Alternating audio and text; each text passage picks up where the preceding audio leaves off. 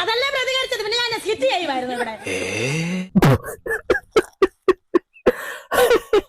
അടിപൊളി. ഈ ശാരിക്കൊക്കെ കിട്ടേണ്ട എന്നെ കേട്ടിട്ടുണ്ട്. ഞാൻ പിന്നെ സ്കിറ്റാണോ ചെയ്തിരുന്നത്? മുഖത്ത് നോക്കി ഡയലോഗ് അടിച്ചാൽ തിരിച്ച് ഡയലോഗ് അടിക്കണം എന്നുള്ളതാ.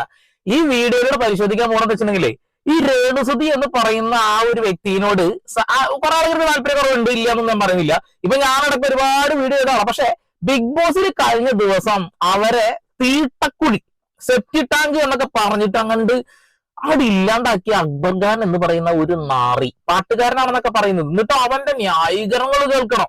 ഇവിടെ രേണുസുതിയുടെ PR വർക്ക് ആവേണ്ട കാര്യം നമുക്ക് ആർക്കും ഇല്ല എന്ന് എല്ലാവർക്കും അറിയുന്ന കാര്യമാണ്. കാരണം എന്താ വെച്ചിട്ടുണ്ടെങ്കിലേ, ഈ കുറെ വെറുപ്പ് സമ്പാദിച്ച ആളുകളെ പെട്ടെന്ന് സിമ്പതിയിലേക്കും പിന്നെ വീണ്ടും സ്നേഹത്തിലേക്ക് എത്തുന്ന ഒരു പരിപാടി നമ്മുടെ സമൂഹത്തിൽ പൊതുവെ ഉണ്ടല്ലോ. ബിഗ് ബോസിൽ എത്തിയപ്പോ അവരെ ശരിക്കും അങ്ങോട്ട് ഇല്ലാണ്ടാക്കി. ശാരിക എന്ന് പറയുന്ന വ്യക്തി പുറത്തിരുന്നിട്ട് ഇങ്ങനെ കാറിലൊക്കെ ഇരുന്നിട്ട് ഡയലോഗ് അടിക്കുകയാണ്.